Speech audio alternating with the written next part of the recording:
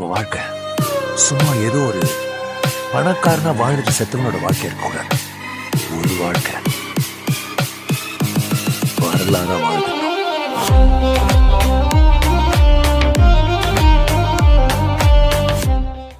Guys ஒரு நல்ல இடத்து வரலான்ட்டு வந்தேன் கைஸ். என்னாச்சுன்னா இங்கே பாதை முடிந்து விட்டது. இங்கே ஃபுல்லாக வயல் இருக்குது. ரீல்ஸ் ஷார்ட்ஸ் எடுக்கலாம் நினச்சி இங்கே வந்தேன். பார்த்தீங்கன்னா முட்டுச்சந்தில் விட்டுட்டாங்க. நம்மள்கிட்ட டியூக் 250 தான் இருக்குது கையில். இப்போது பார்த்தீங்களா இங்கே இனி வழியே இல்லை. புதுசாக ஒரு இடம் கண்டுபிடிக்கலான்னா இப்படி தான் கைஸ் ஆகுது. என்ன பண்ணுறதுன்னு தெரில. இனி அடுத்த பிளேஸ் கண்டுபிடிக்கலாம் போயிட்டு. பைக் உண்மையிலே நல்லா இருக்குது டியூக் 250.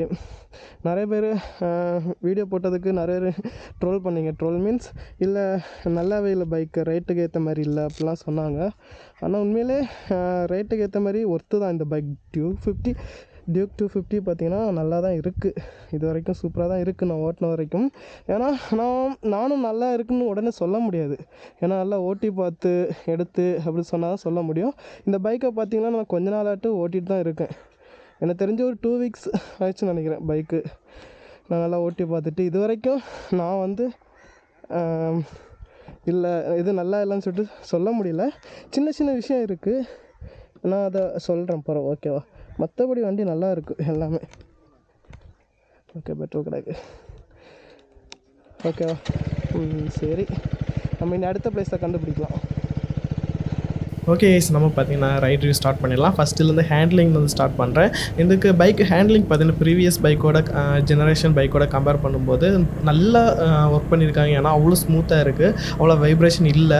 உங்களுக்கு டிராஃபிக் டைமில் லைட்டாக தெரிஞ்சால் உண்டு. பாக்கி மற்றபடி பார்த்தீங்கன்னா அவங்களுக்கும் ஹேண்ட்லிங் பயங்கர ஸ்மூத்து. ரைட் பண்ண உங்களுக்கு கண்டிப்பாக பிடிக்கும். அதுமாதிரி ஹேண்ட்லிங் பார்த்தீங்கன்னா உங்களுக்கு கொஞ்சம் ஃப்ரெண்டில் கொண்டு வந்திருக்காங்க. நம்மளுக்கு பிடிக்க கரெக்டாக கம்ஃபர்ட்டாக இருக்குது. ஏன்னா எம்டி பைக்கு எப்படி கொஞ்சம் இதாக இருக்குமோ அதேமாதிரி இருக்குது.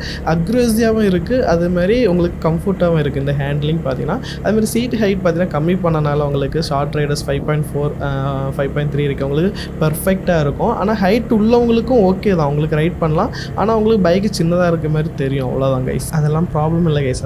இந்த பைக் பார்த்தீங்கன்னா யாருக்கெல்லாம் செட் ஆகும்னு கேட்டிங்கன்னா பார்த்தீங்கன்னா காலேஜ் ஸ்டூடெண்ட்ஸுக்கு கண்டிப்பாக பர்ஃபெக்டாக இந்த பைக் செட் ஆகும் கைஸ். அதேமாதிரி இந்த பைக் லாங் ட்ரைவ் கொண்டு போகலான்னு பார்த்தீங்கன்னா உங்களுக்கு இந்த சீட்டு கம்ஃபர்ட் பார்த்தீங்கன்னா உங்களுக்கு ஒரு 20 கிலோமீட்டர் ஒரு 15 கிலோமீட்டர் ஓட்டம் நல்லா ஸ்மூத்தாக இருக்குது. உண்மையிலே சொல்கிறேன், நீங்கள் அதை சீட் பார்த்தீங்கன்னா தொட்டு பார்த்தீங்கன்னா நல்லா ஸ்பாஞ்சாக ரொம்ப கம்ஃபர்ட்டாக இருக்க மாதிரி தான் ஃபீல் ஆகும். ஆனால் நீங்கள் ஒரு 50 கிலோமீட்டரில் 100 கிலோமீட்டர் 200 300 போனீங்கன்னா அந்த குஷன் மாதிரி இருக்கிறது பார்த்தீங்கன்னா உங்களுக்கு ஹார்டாக ஃபீல் ஆகும். அதுமாரி உங்களுக்கு பில்லியன் வச்சு கூட்டிகிட்டு போகலாம், கரெக்டாக இருக்கும். ஆனால் கொஞ்சம் சீட் ஹைட் பேக்கில் கொஞ்சம் ஹைட்டு பார்த்தா தெரியாது.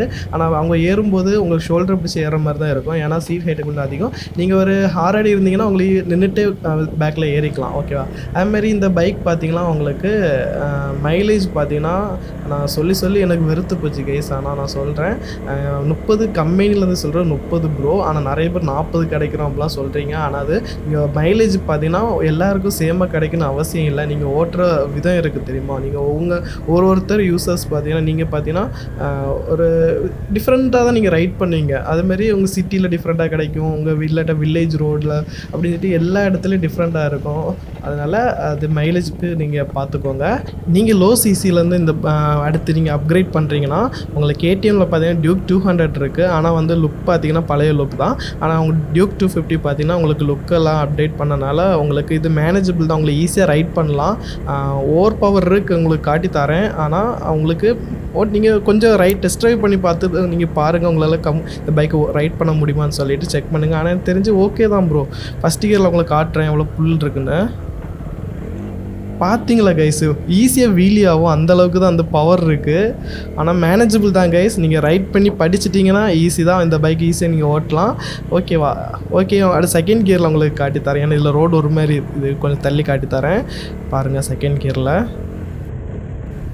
பார்த்தீங்களா, செகண்ட் கியர் இது 4th கியர் 5th கியர் வரைக்கும் இந்த பைக்கில் இது இருக்கும், இந்த புஷ் பண்ணுறது. அது இல்லாமல் இந்த பைக் பார்த்திங்கன்னா இதை நீங்கள் டிராஃபிக்கில் ட்ரை பண்ணிடாதுங்க கைஸ். ஏன்னா உங்களுக்கு கண்ட்ரோல் பண்ண முடியுமான்னு தெரில.